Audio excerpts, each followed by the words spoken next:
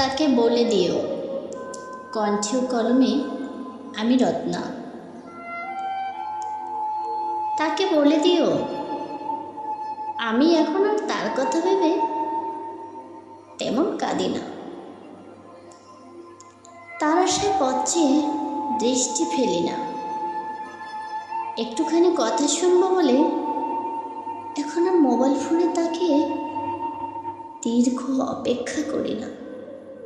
কারণ আমি আমাকে বেঁধে নিয়েছি আপনায়। তাকে বলে দিও আজকাল ফেসবুকে তেমন আসি না। কোনো নতুন নোটিফিকেশন আসলো কিনা চেক করি না। কারো আইডির পাশে নীল আলোটা জ্বলছে দেখেও ভালো আছে কিনা জানতে ইচ্ছে করে না। মেসেজের উত্তর পাই না বলে দীর্ঘ নিঃশ্বাস ফেলি না। কারণ ইচ্ছেটা এখন মরে গেছে।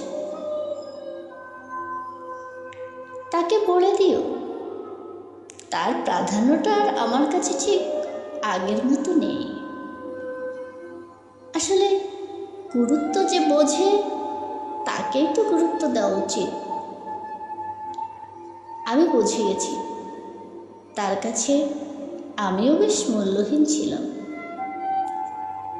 তাই ঠিক করেছি যাদের কাছে আমার গুরুত্ব আছে তাদেরকেই প্রাধান্যটা দেব। তাকে বলে দিও তাকে ভুলতে আমার এতটুকু কষ্ট হয়। তার দেয়া প্রতিটা আঘাতে হৃদয় ক্ষত বিক্ষত হয়ে কষ্টের প্লাবন বয়ে গেছে। তাই অবশিষ্ট বলে আর কিছু নেই। যতটা এখনো আছে সেটা তার জন্য ভালোবাসা নয়, এক বুক ঘৃণা। তাকে বলে দিও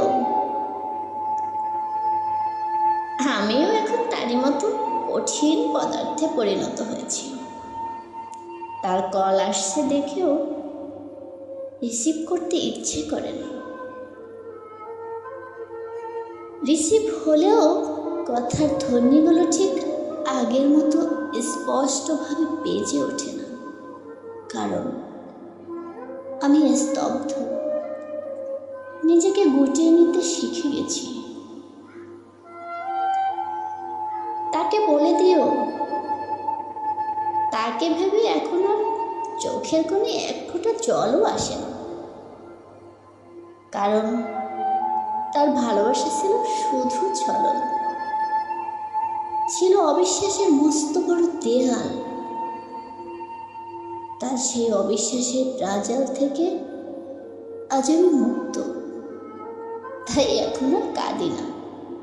কারণ অশ্রুকে সংবরণ করতে শিখে গেছি। ধন্যবাদ সবাইকে।